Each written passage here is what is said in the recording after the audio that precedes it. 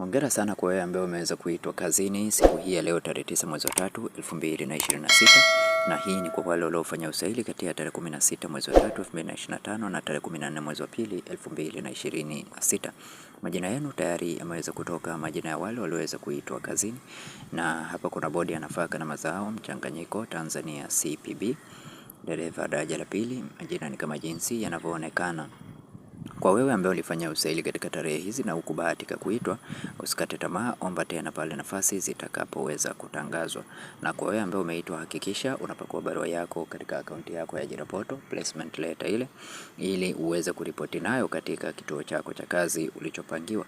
Na fika katika kituo chako cha kazi ulichopangiwa ndani ya muda ulioainishwa katika barua yako ya kupangiwa kituo cha kazi.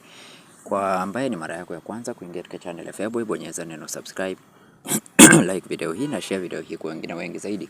Lakini pia kwa update mbalimbali jiunge na grupu letu la WhatsApp, link ipo katika description ya video hii. Asante na karibu.